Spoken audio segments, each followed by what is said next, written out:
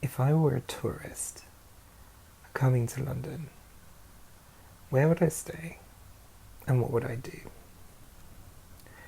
So, what I'm going to do is I'm going to talk you through a fantasy trip that I would do if I came to London, even though I live in London already. So, if I were coming to London, first of all, you've got to fly in. I mean, Heathrow is probably the better one to fly into. It's probably more expensive. Stansted is fine, but if you look, that's where Heathrow is. I've lost it. That's where Heathrow is. Stansted is up here, there. It's probably about 40 minutes from Liverpool Street on the train. Heathrow is about half an hour from 20, it's 20 minutes from Paddington on the train, or a full hour and a half on the tube, which you don't want to do. Anyway, I would always stay in Bloomsbury. This is my favourite area of London. Bloomsbury is like the posh bit, but it's a bit off the beaten track. It's it's where all the universities are, so it's full of like bookshops and nice restaurants. Everything is very well turned out. Everything is a bit fancy.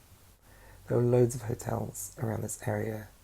Some not as nice as others, I would say, but there are plenty. You're also super duper close to the three major train stations in this area: Euston, St Pancras and King's Cross, which can take you literally everywhere.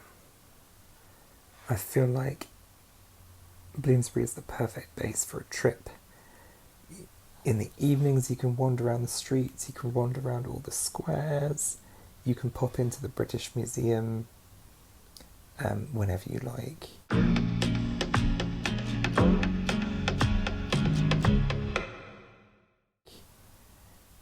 You're not that far from Tottenham Court Road and then Oxford Street are the two big shopping streets. You're then not that far from Soho, which is where all the gay stuff goes down. And you've got all the theatres are. You're even not that far from Trafalgar Square and the National Gallery. You're not that far from Covent Garden. It's all kind of walkable. If you're in Bloomsbury, you can pretty much walk to a lot of the stuff I've just mentioned without having to use the tube, which is super expensive. So what else would I do? I would definitely hit the Tate Modern. That is pretty much a must for someone coming to London.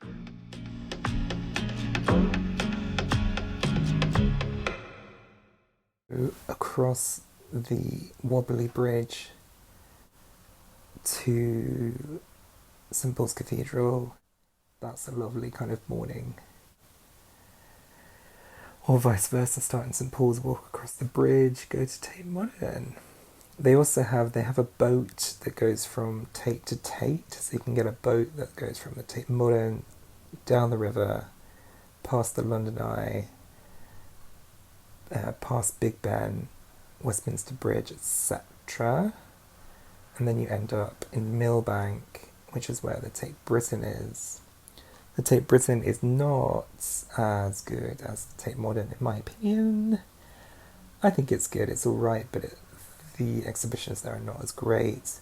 They do have a lot of really nice Turners there, but the Turners are not as good as the Turners in the National Gallery. Anyway, that's pretty much a day. Wandering around St James's Park is good. wandering around this area. So this is the Big Ben, Houses of Parliament, Westminster Abbey kind of area. Obviously, it's like tourist central, but you're going to want to come around here and, you know, take all your selfies, etc.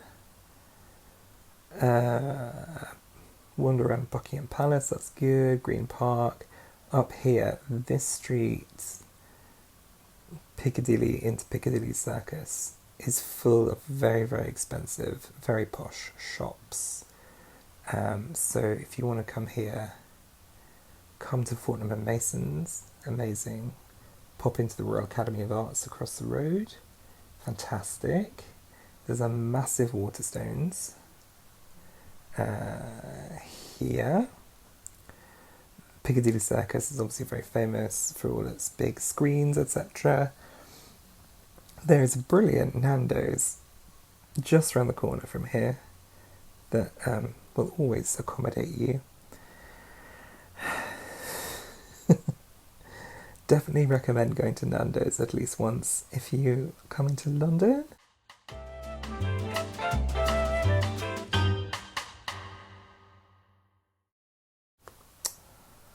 National Gallery. You've got to hit that. I would say the Impressionist stuff, the more recent stuff is better than the old 15th century Renaissance stuff or pre-Renaissance stuff, because I find that a bit boring. What else would I do? I think in terms of day trips from London, there's a fuck ton of bookshops around here. The best one you want to hit is Foyles. You want to go to Foyles if you're into bookshops. It's really beautiful bookshop.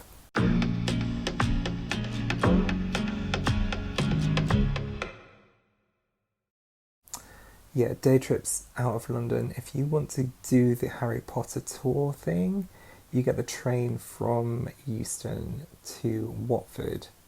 And then from Watford station, there is a coach or a bus that takes you to the site of the Warner Brothers tour thingy.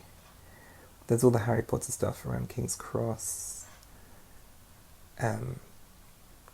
etc. There's also a really nice, if you go behind King's Cross and St Pancras, this kind of new area, Granary Square, is really nice. There's also really nice restaurants and shops and stuff, and it's a nice area to wander around by the canal. On the canal, usually around here, is a bookshop. There it is, Word on the Water. The Book Barge. I mean, it's lovely, but I mean, have a look, see if they've got nice books that you want to buy. I don't think I ever have, but I've been on a few times just to have a look. I think that's enough for like 2 or 3 days in London. Obviously, if you want to do the bridges, come down to Tower Bridge, by the Tower of London, that's really the view you want.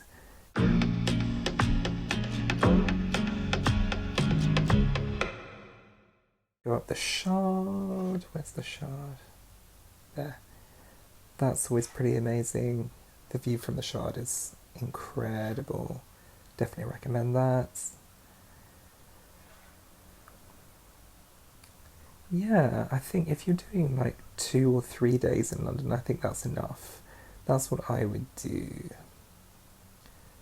Anyway, I hope this has been useful. I wonder about this all the time because being a Londoner and also being a fan and being a happy Londoner, I always wonder about stuff that I would do if I was visiting.